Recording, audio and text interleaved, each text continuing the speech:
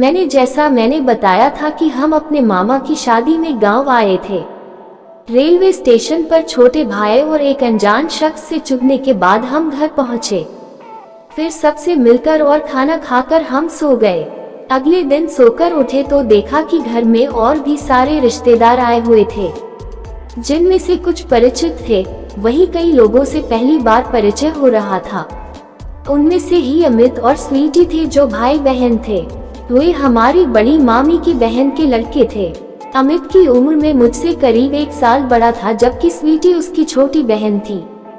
स्वीटी का जैसा नाम था वैसी ही स्वीट वो भी सुंदर सी थी। लंबे लंबे बाल और उस पर भरा हुआ बदन, वह एकदम सेक्सी लगती थी। अमित और स्वीटी से मेरी और सोनू की अच्छी दोस्ती हो गई थी। मैंने देखा था कि सोनू अक्सर किसी न किसी बहाने से स्वीटी से बात करता रहता था। उधर अमित भी मुझसे खूब बात करता था। घर में हालांकि बहुत से हमउम्र लोग थे, मगर हम चारों में कुछ ज्यादा ही पटने लगी थी। हम चारों अक्सर एक साथ ही बैठे और बातें करते थे। मजाक में हम सब चुटकुले भी सुनाते थे, जो कभी कभी डबल मीनिंग के भी होते थे। पहले तो मैं और सोनू इस तरह की बात करने में हिचकिचाते थे कि कहीं अमित और स्वीटी बुरा ना मान जाए, या फिर मेरे और सोनू के बारे में मैं क्या सोचेंगे कि भाई बहन होकर भी ये कैसा मजाक करते हैं।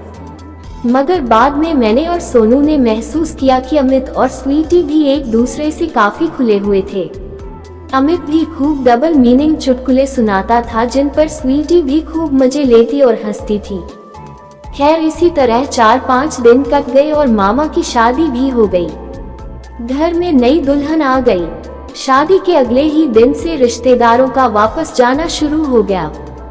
हमने भी जाने की तैयारी शुरू कर दी, मगर बड़े मामा मामी और नानी मम्मी को जबरदस्त रोकने लगे और कुछ दिन और रुकने के लिए कहा, जिस पर मम्मी तैयार हो गई।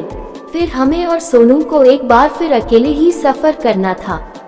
मैं तो मन ही मन खुश हो गई कि चलो मौका मिला तो एक बार फिर स्टेशन पर मजे करेंगे। सोनू का चेहरा देखकर मैंने महसूस किया कि वह भी काफी खुश था। अगले दिन शाम को हमें निकालना था। ट्रेन का टाइम रात 9 बजे का था। इस बार हमें गांव से शहर जाना था, तो कोई दिक्कत नहीं थी। रात में हमें पता चला कि अमित और स्वीटी भी उसी ट्रेन से जाएंगे। उन्हें आगे तक जाना था। ये सुनकर हमें अंदर अंदर गुस्सा आ रहा था कि मैं और सोनू पिछली बार की तरफ मजा नहीं कर पाएंगे। सोनू का भी चेहरा उतर गया था। हालांकि हम दोनों ने एक दूसरे से अभी कुछ कहा नहीं था, मगर मन ही मन सब समझ रहे थे। खैर, रात में हम सब सो गए। अगले दिन सुबह तो कर उठे तो देखा कि अमित और स्वीटी कहीं जाने के लिए तैयार थे। मैंने पूछा तो उन्हें बताया कि वे अपने गांव जा रहे हैं और वहीं से सीधी रात में स्टेशन आ जाएंगे।